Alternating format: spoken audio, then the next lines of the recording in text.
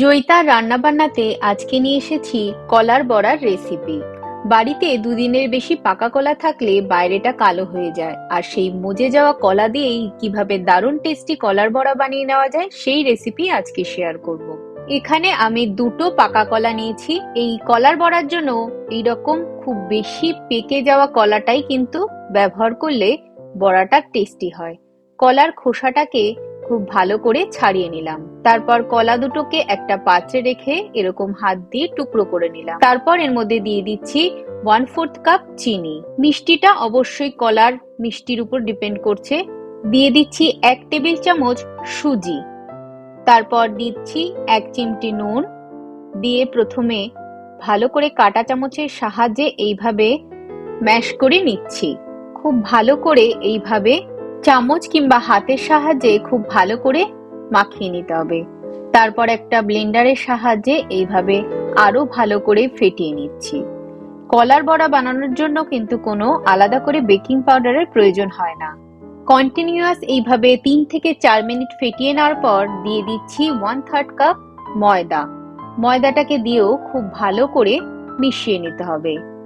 এইভাবে খুব ভালো করে মিশিয়ে নেওয়ার পর দেখতে হবে মিশ্রণটা কতটা ঘন বা পাতলা রয়েছে। একটু পাতলা মনে হচ্ছে, তাই আমি এখানে আরো 1 টেবিল চামচ ময়দা অ্যাড করলাম। তারপর খুব ভালো করে আবার মিশিয়ে নিচ্ছি।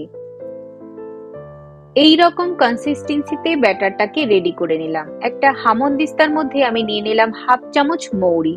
মৌরিটাকে এইরকম আধা ভাঙা অবস্থায় গুঁড়ো করে নিয়ে তারপর কলার ব্যাটারের মধ্যে এটাকে দিয়ে খুব ভালো করে মিশিয়ে নিলাম। বড়া ভাজার জন্য কড়াইতে দিয়ে দিলাম বেশ খানিকটা তেল।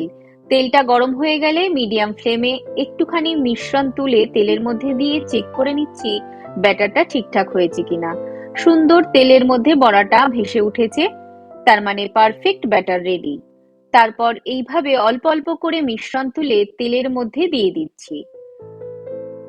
বেকিং পাউডার বা বেকিং সোডার কিন্তু এই কলার বড়ার জন্য প্রয়োজন হয় না।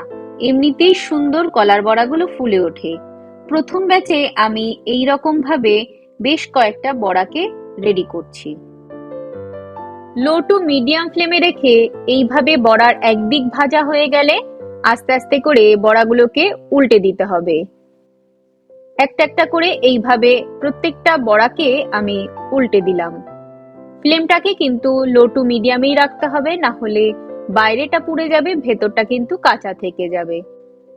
দেখতেই পাচ্ছেন বেকিং পাউডার ছাড়াও কি সুন্দর বড়াগুলো ফুলে উঠেছে। বড়াগুলোকে লাল লাল করে ভাজা হয়ে গেছে, তেল থেকে তুলে নিলাম। আমার এই কলার বড়া রেসিপিটা বাড়িতে একবার অবশ্যই ট্রাই করে দেখবেন, খেতে দারুণ টেস্টি হয়। আর আমার চ্যানেলটাকে লাইক, শেয়ার ও সাবস্ক্রাইব করার অনুরোধ রইল।